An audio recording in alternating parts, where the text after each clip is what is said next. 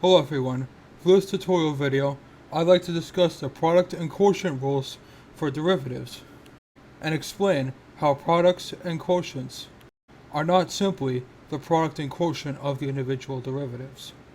Using simple functions we already know to illustrate this point, we know from basic algebra that x cubed times x to the power of 6 equals x to the power of 9, so the derivative of this product would be 9 times x to the power of 8. However, if we use the product of the individual derivatives, we would get 3x squared times 6x to the 5th power, which evaluates to 18 times x to the power 7th. So using simple functions we already know, it becomes easy to observe that the derivative of a product is not the product of the individual derivatives. We will use simple derivatives to prove the quotient problem by seeing the derivative of x cubed over x to the power of 6 is x to the power of negative 3, which is 1 over x cubed. The derivative of this is negative 3 times x to the power of negative 4. If we tried taking individual derivatives before doing the quotient, we would get 3x squared over 6x to the power of 5, which simplifies to 1 over 2 times x cubed. So we can see from this example that the derivative of a quotient is not equal to the quotient of the individual derivatives.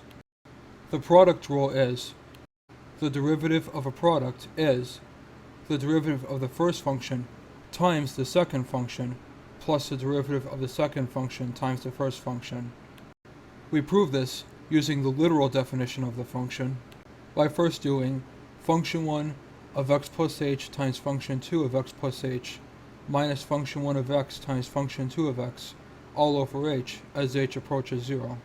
We next subtract and add function of x plus h times g of x, and now we can break it up into two quotients like the sum or difference, and factor out function of x plus h in the first quotient, and factor out function 2 or g of x in the second quotient. We see in the first quotient function of x plus h is affected by h, but in the second quotient g of x is not. We also see why we factored out these two values is that the remaining parts of each quotient are simply the literal definitions of the derivatives.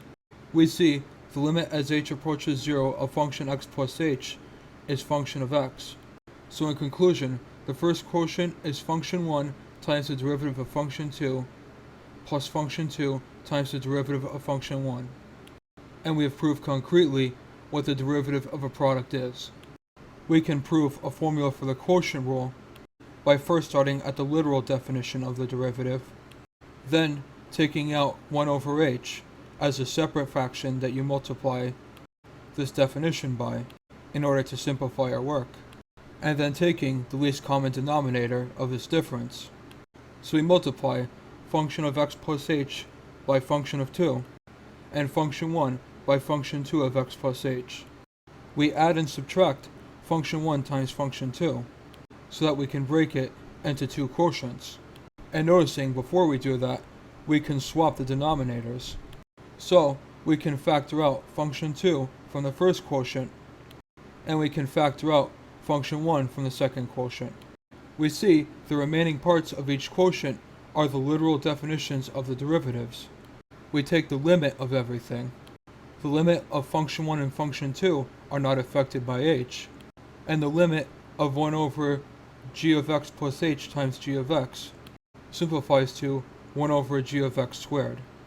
So our final answer is that we have function 2 times derivative of function 1 minus function 1 times derivative of function 2 all over function 2 squared.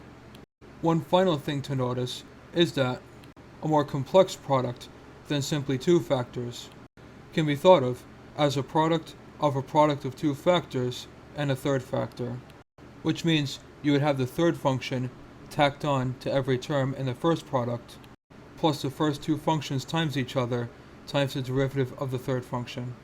And we can repeat this as many times as we want.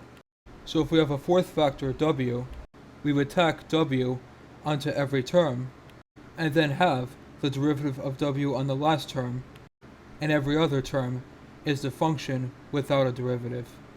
Now that we have figured out concretely what the product and quotient of derivatives are, we can move on to figuring out derivatives of trig functions next, which actually require special limits besides the literal definition of the limit, as we will see in the proof. Don't forget to subscribe if you found this video informative, and make sure to see the other tutorial videos, and follow me on either Facebook or Twitter for more content.